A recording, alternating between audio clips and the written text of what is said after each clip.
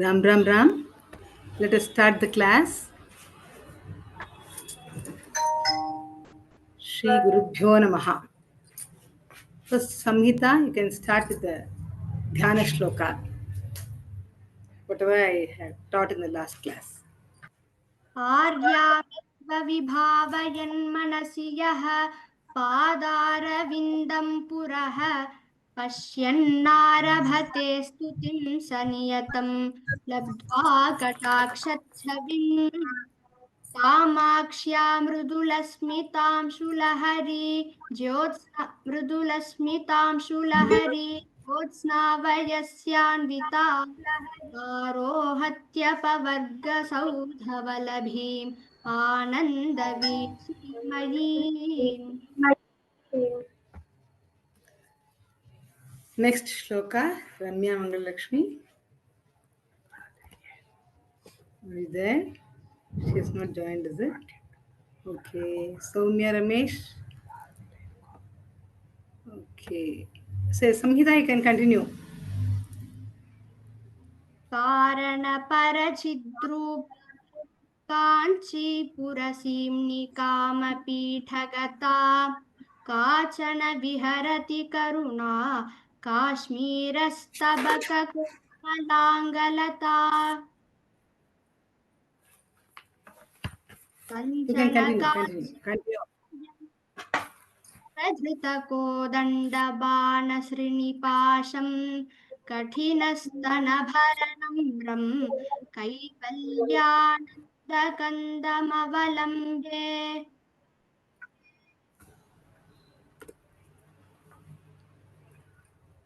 चिन्तितफलपरिपूर्णमणिरे काञ्चीनिलया मे चिरतरसुचरितसुलभा चित्तं शिशिरयतु चित्सुखाधारा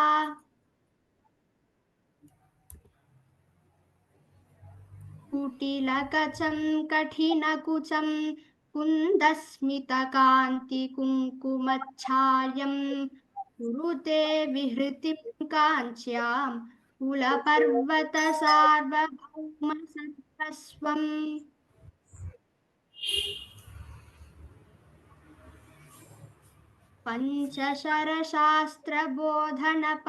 पञ्चशरशास्त्रबोधनपरमाचार्येण दृष्टिपाते काञ्चीसीम्नि कुमारी काचन मोहयति कामजेतारम्. Okay. I think we'll go to the sixth shloka.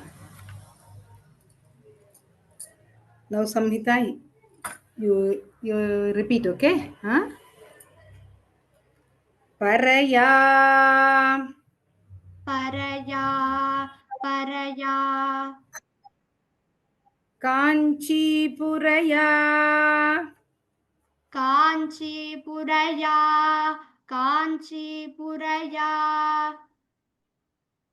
पर्वत पर्वत पर्वत पर्याय पर्याय पर्याय पीनकुचभरया पीनकुचभरया पीनकुचभरया पर्वतपर्याय पर्वतपर्याय पर्वतपर्याय पीनकुचभरया पीनकुचभरया पीनकुचभरया पर्वतपर्याय पीनकुचभरया पर्वतपर्याय पीनकुचभरया पर्वतपर्याय पीनकुचभरया परया काञ्चीपुरया परया काञ्चीपुरया परया काञ्चीपुरया पर्वतपर्याय पीनकुचभरया पर्वतपर्याय पीनकुचभरया पर्वतपर्याय पीनकुचभरया परतन्त्रा परतन्त्रा परतन्त्रा वयमनया वयमनया वयमनया परतन्त्रा वयमनया परतन्त्रा वयमनया परतन्त्रा वयमनया पङ्कज पङ्कज पङ्कज सब्रह्मचारी सब्रह्मचारी सब्रह्मचारी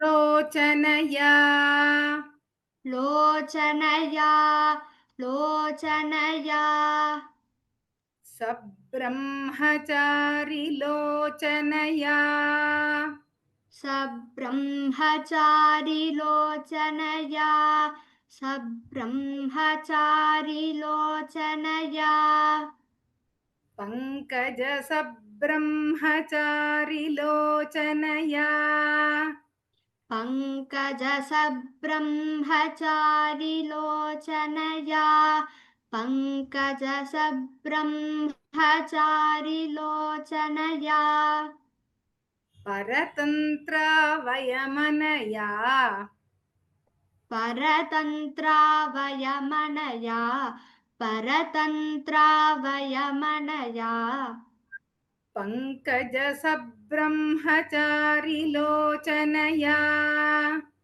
पङ्कज सब्रह्मचारी लोचनया पङ्कज सब्रह्मचारी लोचनया Tell the shloka.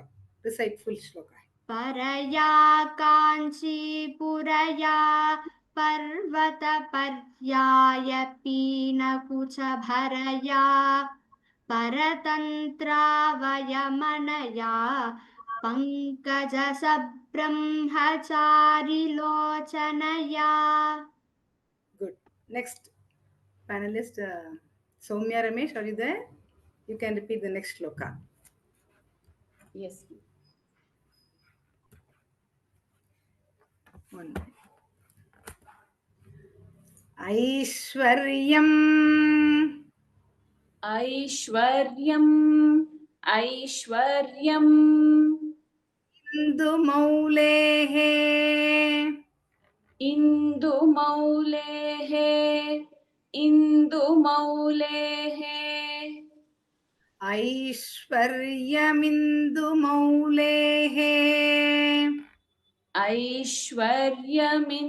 ऐश्वर्यमिन्दुमौलेः ऐश्वर्यमिन्दुमौलेः ऐकात्म्य ऐकात्म्य ऐकात्म्य प्रकृति प्रकृति प्रकृति ऐकात्म्य प्रकृति ऐकात्म्य प्रकृति ऐकात्म्य प्रकृति काञ्चिमध्यगतम्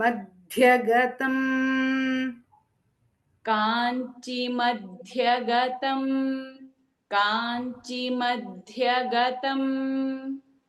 ऐकात्म्य प्रकृति काञ्चिमध्यगतम् ऐकात्म्य प्रकृति काञ्चिमध्यगतम् ऐकात्म्य प्रकृति काञ्चिमध्यगतम् ऐन्दव ऐन्दव ऐन्दव किशोरशेखरम् किशोरशेखरम् किशोरशेखरम् ऐन्दव किशोरशेखरम्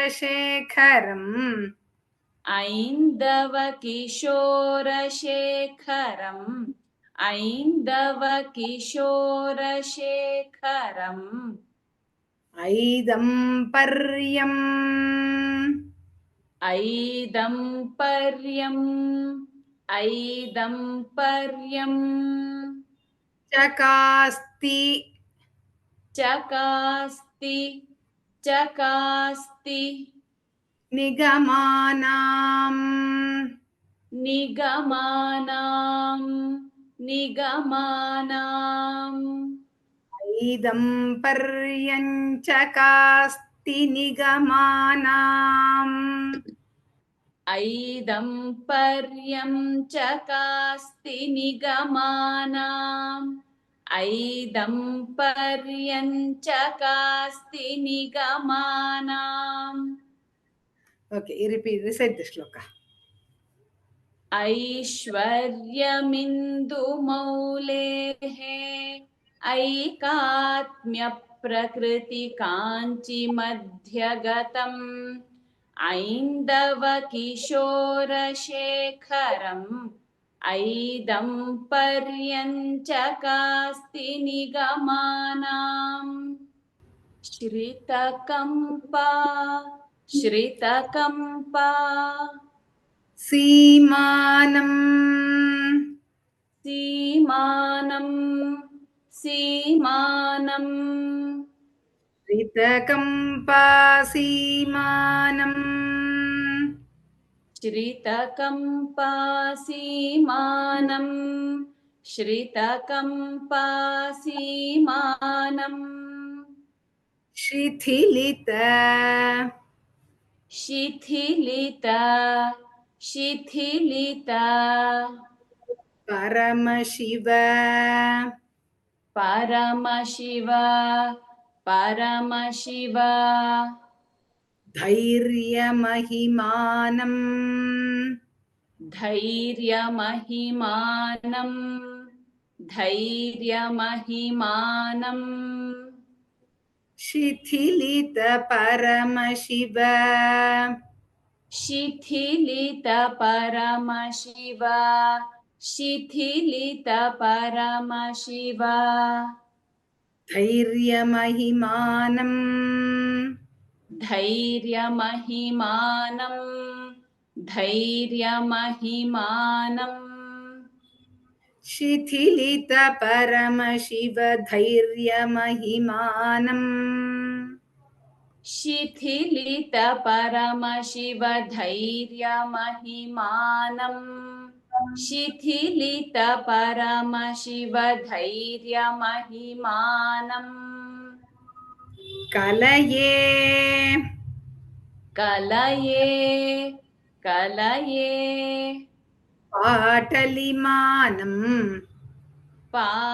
पाटलिमानम् पाटलिमानम् कलये पाटलिमानम् कलये पाटलिमानम् कलये पाटलिमानम् कञ्चन कञ्चन कञ्चन कञ्चुकित कञ्चुकित कञ्चुकित भुवनभूमानम्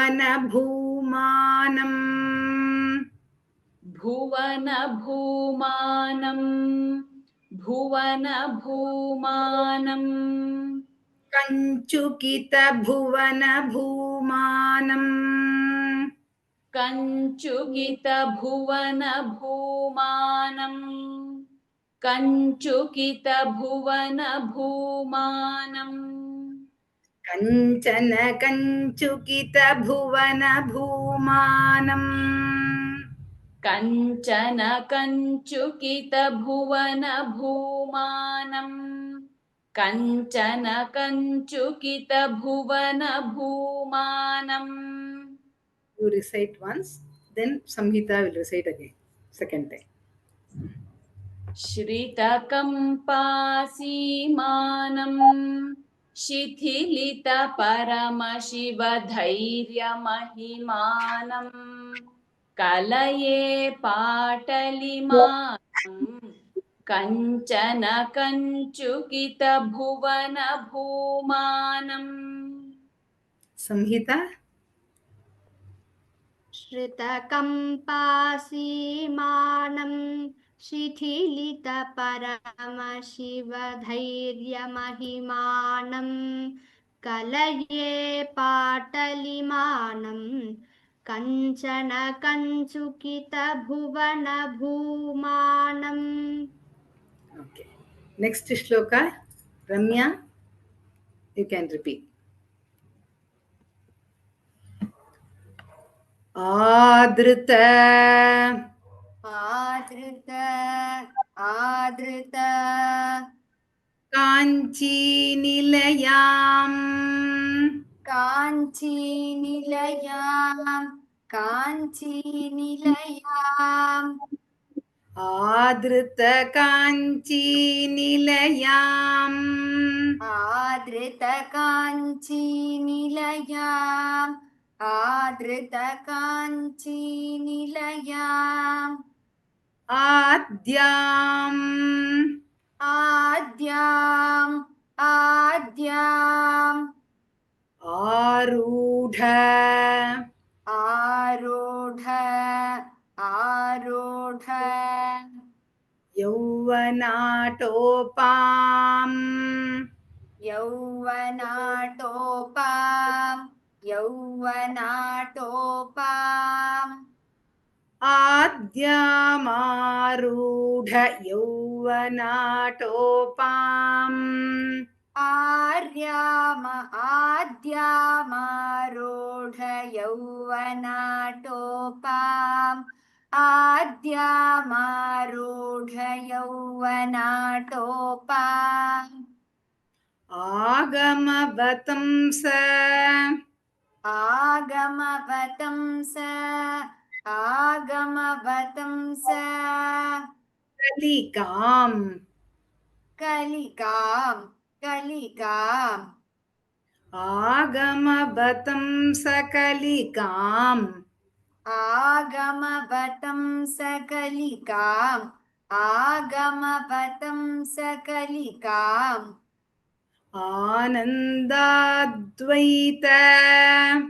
आनन्दाद्वैत आनन्दाद्वैत Kandalim vande.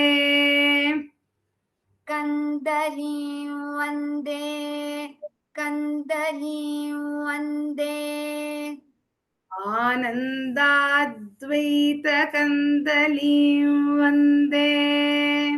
आनन्दाद्वैतकन्दलीं वन्दे आनन्दाद्वैतकन्दलीं वन्दे Recite the shloka, full shloka. आदृतकाञ्चीनिलयाम् आद्यामारूढयौवनाटोपाम् आगमवतंसकलिकाम् आनन्दाद्वैतकन्दलीं वन्दे Okay, Samhita, repeat the shloka. आदृतकाञ्चीनिलयाम् आद्यामारूढयौवनाटोपाम् आगमवतंसकलिकाम् आनन्दाद्वैतकन्दलीं वन्दे Okay, Soumya, next shloka. Repeat after me.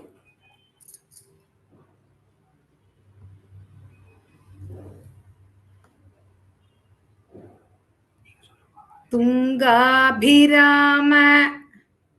Tungabhirama Tungabhirama I'm not able to hear you also. Okay. Ramya, you can repeat? Let me see. Let us see what is the problem. Okay, Ramya, you start repeating. I am not able to hear Soumya also, and Samhita also I am not able to hear. तुङ्गाभिराम तुङ्गाभिराम तुङ्गाभिराम कुचभर कुचभर कुचभर तुङ्गाभिराम कुचभर तुङ्गाभिराम कुचभर तुङ्गाभिराम कुचभर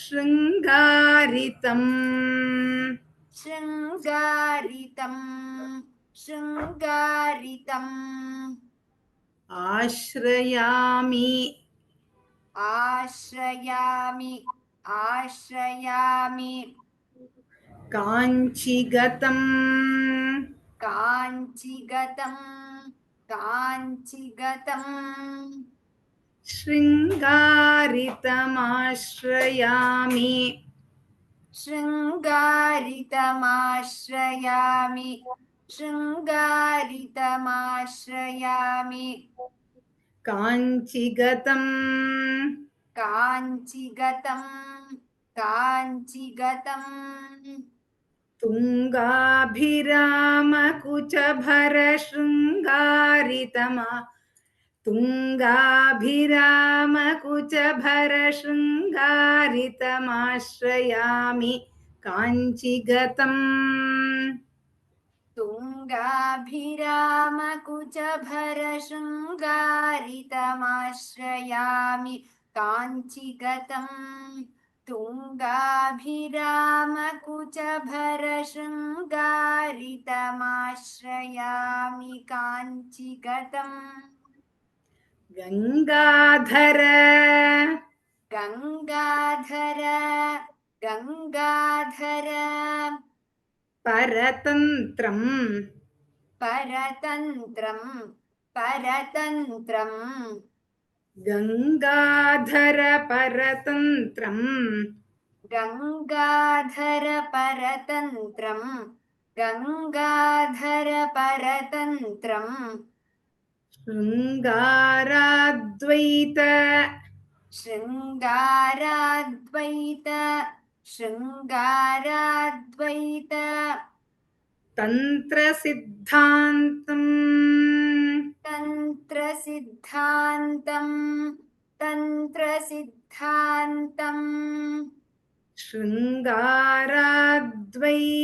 तन्त्रसिद्धान्तम् शृङ्गाराद्वैत तन्त्रसिद्धान्तम् शृङ्गाराद्वैत तन्त्रसिद्धान्तम् Say the full shloka.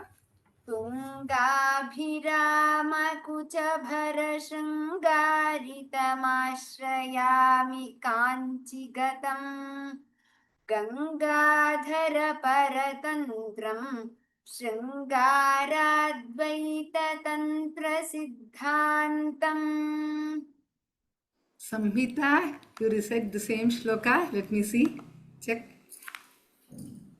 तुङ्गाभिरामकुचभर शृङ्गारितमाश्रयामि काञ्चिगतम् Gangadhar परतन्त्रम् शृङ्गाराद्वैत तन्त्रसिद्धान्तम्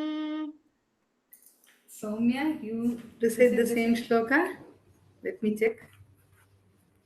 तुङ्गाभिरामकुचभर शृङ्गारितमाश्रयामि काञ्चिगतम् Gangadhar परतन्त्रम् शृङ्गाराद्वैत तन्त्रसिद्धान्तम्. Okay, let me continue the next shloka. Samhita, you repeat. Let me check again. Soumya, I could hear now. Next shloka. Kanchiratna. काञ्चीरत्न काञ्चीरत्न Vibhusham. विभूषां विभूषां काञ्चीरत्नविभूषाम् काञ्चीरत्नविभूषां काञ्चीरत्नविभूषां कामपि कामपि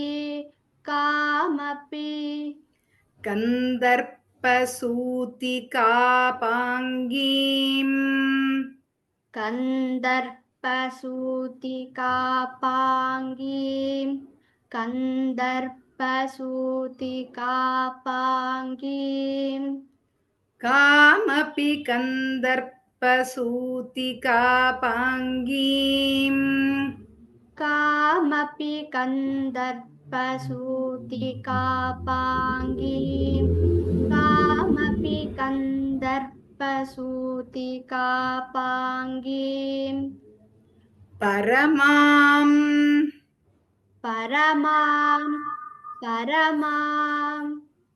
कलामुपासे कलामुपासे परमां कलामुपासे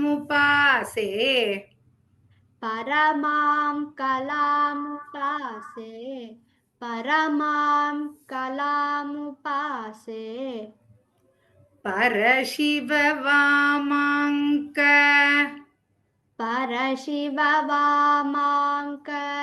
परशिववामाङ्क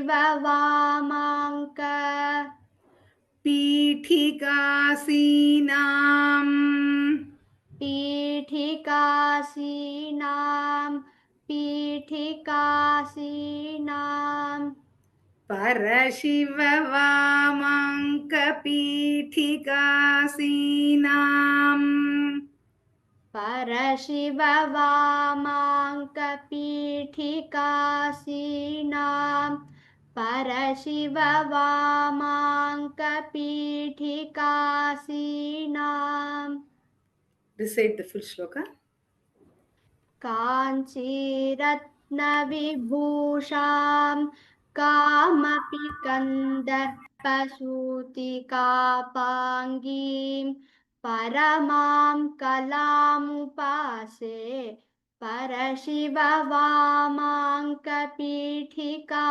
परशिववामाङ्कपीठिकासीनाम् Oh, okay. Same shloka. Ramya, can you repeat?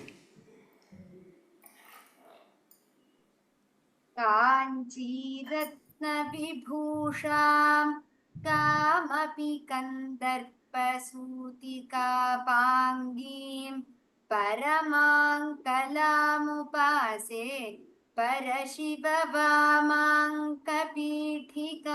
परशिववामाङ्कपीठिकासीनाम् Okay, now we'll just revise whatever shlokas we have learned. Soumya 6, 7, Samhita 8, 9, Ramya 10, 11. Start. परया काञ्चीपुरया पर्वतपर्याय पीनकुचभरया परतन्त्रावयमनया पङ्कजसब्रह्मचारिलोचनया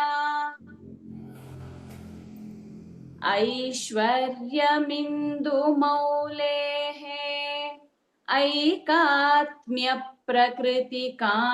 ऐकात्म्यप्रकृतिकाञ्चिमध्यगतम् ऐन्दवकिशोरशेखरम्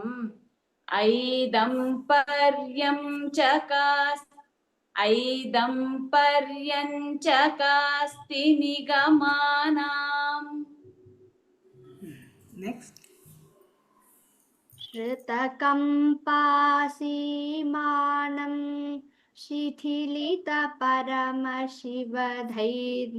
शिथिलितपरमशिवधैर्यमहिमानं कलये पाटलिमानं कञ्चन कञ्चुकितभुवनभूमानम्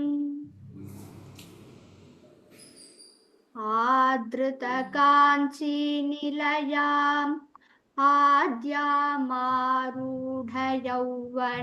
आद्यामारूढयौवनाटोपाम् आगमवतं सकलिकाम् आनन्दाद्वैतकन्दलीं वन्दे Next. तुङ्गाभिरामकुचभरशृङ्गारितमाश्रयामि काञ्चिगतं गङ्गाधरपरतन्त्रं शृङ्गाराद्वैततन्त्रसिद्धान्तम् काञ्चीरत्नविभूषां कामपि कन्दर्पसूतिकापाङ्गीं परमाङ्कलामुपासे परशिववामाङ्कपीठिकासीनाम्. Okay, we'll go to the next shloka, 12th shloka. Samhita, you repeat, ma. Kampatira.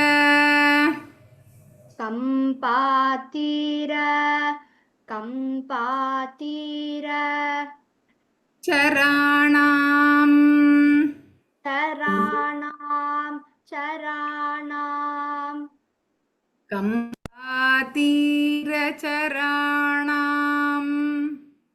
Kampatira charanam. कम्पातीरचराणां Karuna. करुणा Korakita. कोरकित Tipatanam. दृष्टिपातानां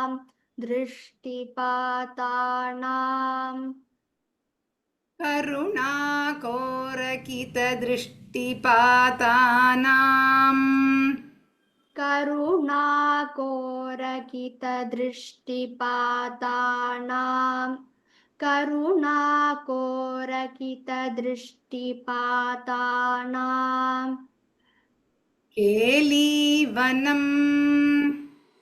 केलीवनम् केलीवनं मनो मे केलीवनं मनो मे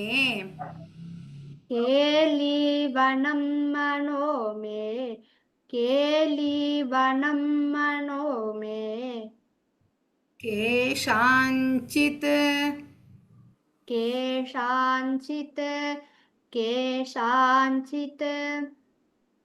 भवतु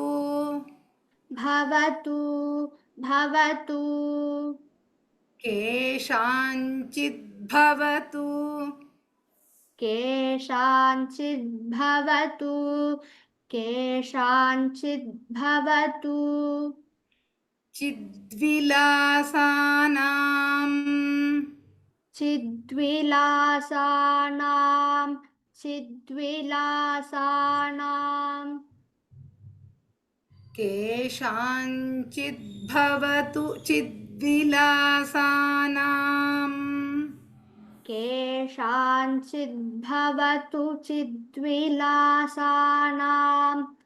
केषाञ्चित् भवतु चिद्विलासानाम् Okay, recite the shloka.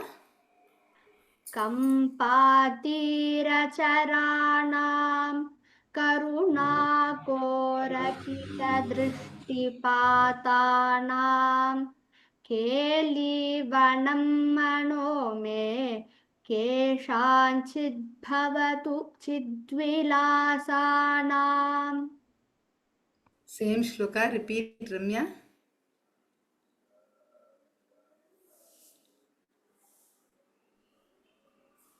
कम्पातीरचराणां करुणाकोरकितदृष्टिपातानां केलीवनं मनो मे केषाञ्चिद्भवतु चिद्विलासानाम्.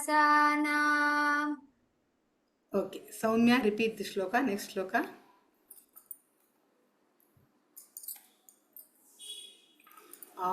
Amrataru आम्रतरु आम्रतरु मूलवसतेः मूलवसतेः मूलवसतेः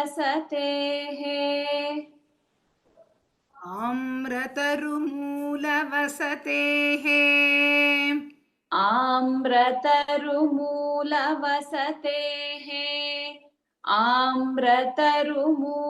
आम्रतरुमूलवसतेः आदिम आदिम आदिम पुरुषस्य पुरुषस्य पुरुषस्य आदिमपुरुषस्य आदिमपुरुषस्य आदिमपुरुषस्य नयनपीयूषम् नयनपीयूषं नयनपीयूषम् आदिमपुरुषस्य नयनपीयूषम् आदिमपुरुषस्य नयनपीयूषम् आदिमपुरुषस्य नयनपीयूषम् आरब्ध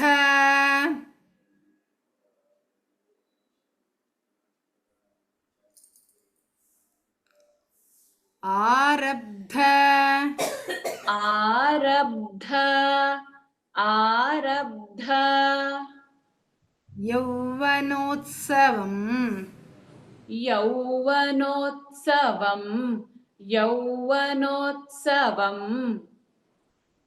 आरब्ध यौवनोत्सवम् आरब्ध यौवनोत्सवम् आरब्ध यौवनोत्सवम् आम्नाय आम्नाय आम्नाय रहस्यम् रहस्यम् रहस्यम् आम्नाय रहस्यम् आम्नाय रहस्यम् आम्नाय रहस्यम् अन्तरवलम्बे अन्तरवलम्बे अन्तरवलम्बे आम्नाय रहस्यमन्तरवलम्बे आम्नाय रहस्यमन्तरवलम्बे आम्नाय रहस्यमन्तरवलम्बे Say full shloka.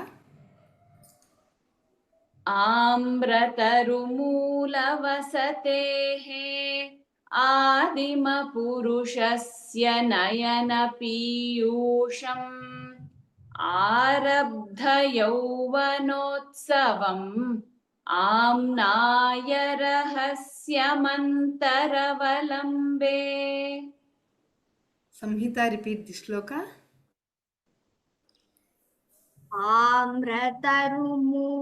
आम्रतरुमूलवसतेः आदिमपुरुषस्य नयनपीयूषम् आरब्धयौवनोत्सवम् आम्नाय रहस्यमन्तरवलम्बे Okay, you repeat the shloka, Samhita. Next shloka. Okay. अधिकाञ्ची अधिकाञ्ची अधिकाञ्ची परमयोगिभिः परमयोगिभिः परमयोगिभिः अधिकाञ्ची परमयोगिभिः अधिकाञ्ची परमयोगिभिः अधिकांचि परमयोगिभिः आदिमपर आदिमपर पीठसीम्नि पीठसीम्नि आदिमपरपीठसीम्नि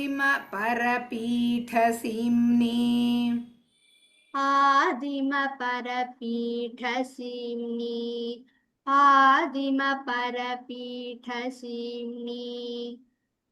दृश्येन दृश्येन आदिमपरपीठसीम्नि दृश्येन आदिमपरपीठसीम्नि दृश्येन आदिमपरपीठसीम्नि दृश्येन अनुबद्धम् अनुबद्धम्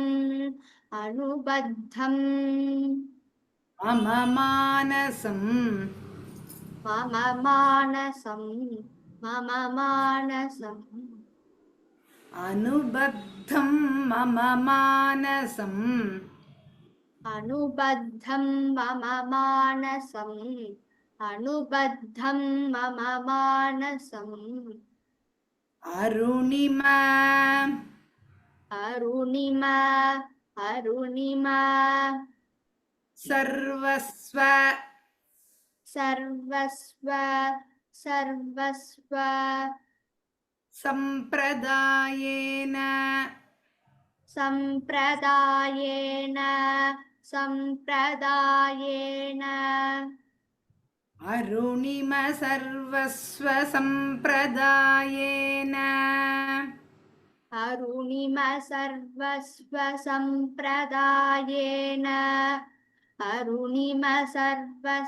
सम्प्रदायेन Okay, recite this shloka, Ramya.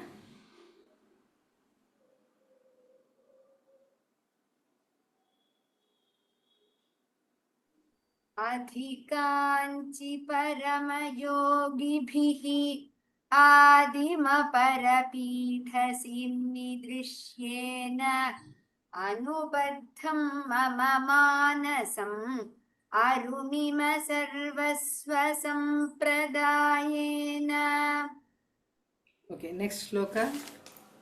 Ramya, repeat. Ankita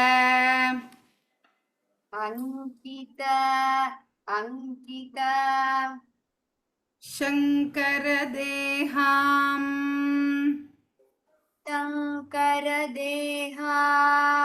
शङ्करदेहाम् Ankita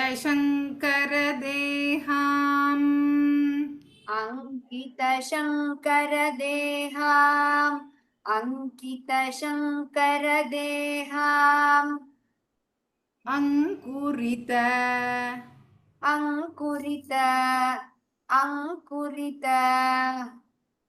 Ankurito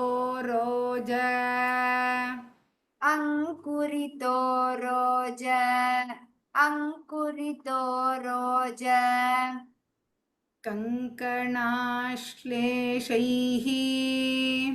कङ्कणाश्लेषैः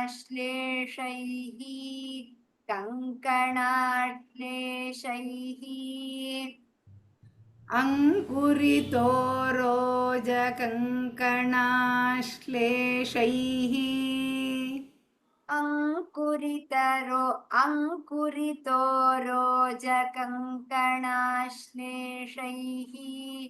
अंकुरितो rose कङ्कणाश्लेषैः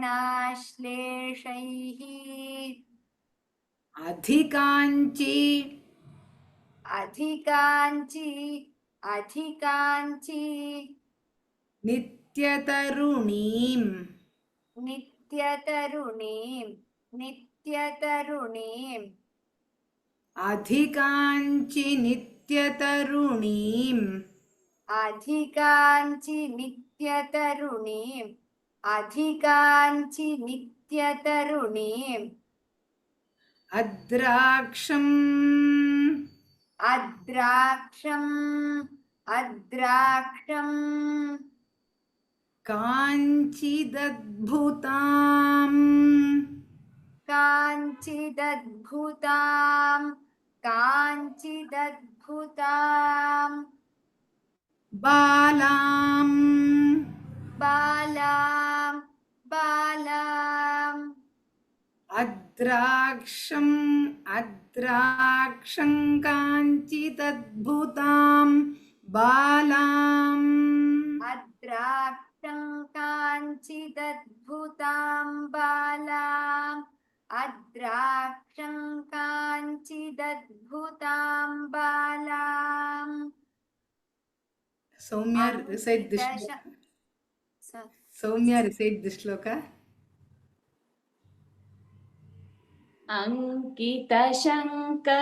अङ्कितशङ्करदेहाम् अङ्कुरितोरोजकङ्कणाश्लेषैः अधिकाञ्चि नित्यतरुणीम् अद्राक्षं काञ्चिदद्भुतां बालाम्.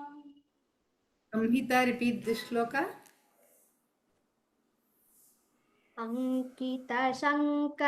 अङ्कितशङ्करदेहाम् अङ्कुरितोरोजकङ्कणाश्लेषैः अधिकाञ्चि नित्यतरुणीम् अद्राक्षं काञ्चिदद्भुतां बालाम् Adhikanchi hrasva. You need not repeat the second line. अधिकाञ्चि अधिकाञ्चि नित्यतरुणीम् नित्यतरुणीम् अद्राक्षं काञ्चिदद्भुतां बालाम्. Okay. Now, Ramya, 12, 13, 14, 15. All 4 shlokas you repeat. You tell the shloka.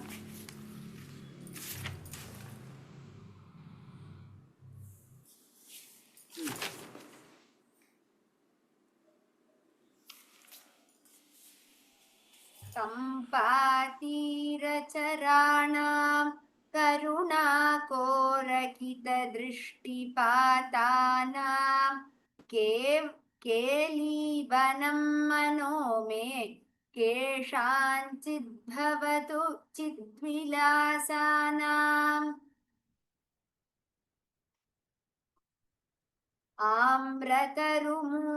आम्रतरुमूलवसतेः आदिमपुरुषस्य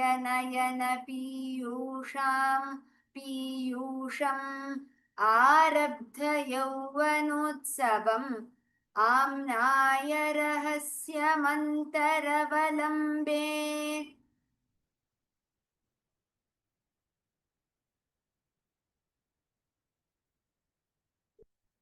अधिकाञ्चि परमयोगिभिः आदिमपरपीठसीम्निदृश्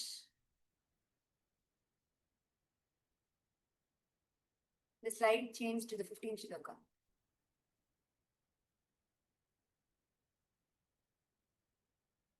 अधिकाञ्चि परमयोगिभिः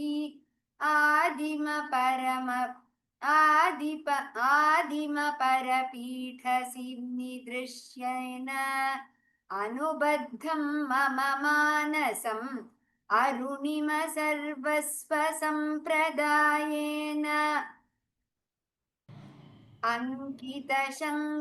अङ्कितशङ्करदेहाम् अङ्कुरितोरोजकङ्कणाश्लेषैः अधिकाञ्चि नित्यतरुणीम् अद्राक्षं काञ्चिदद्भुतां बालाम्. Okay. So,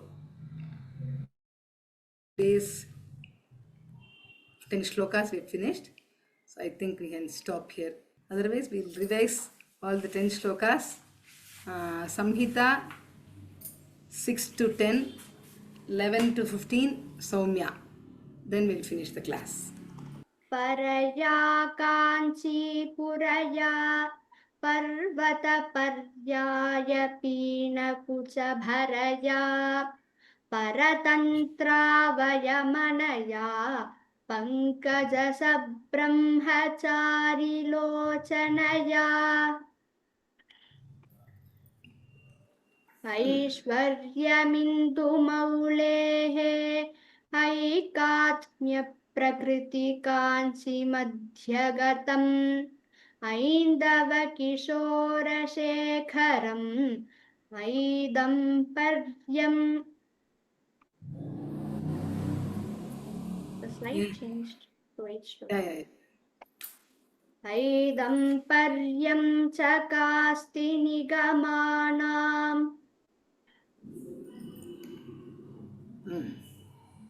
श्रुतकम्पासीमानं शिथिलितपरमशिवधैर्यमहिमानं कलये पाटलिमानं कञ्चन कञ्चुकितभुवनभूमानम् आदृतकाञ्चीनिलयाम् आद्यामारूढयौवनाटोपाम् आगमवतं सकलिकाम् आनन्दाद्वैतकन्दलीं वन्दे तुङ्गाभिरामकुचभरशृङ्गारितमाश्रयामि काञ्चिगतं गङ्गाधरपरतन्त्रं शृङ्गाराद्वैततन्त्रसिद्धान्तम् काञ्चीरत्नविभूषां कामपि कन्दर्पसूतिकापाङ्गीं परमाङ्कलामुपासे परशिववामाङ्कपीठिकासीनाम् कम्पातीरचराणां करुणाकोरकितदृष्टिपातानां केलीवनं मनो मे केषाञ्चिद्भवतु चिद्विलासानाम् आम्रतरुमूलवसतेः आदिमपुरुषस्य नयनपीयूषम् आरब्धयौवनोत्सवम् आम्नाय रहस्यमन्तरवलम्बे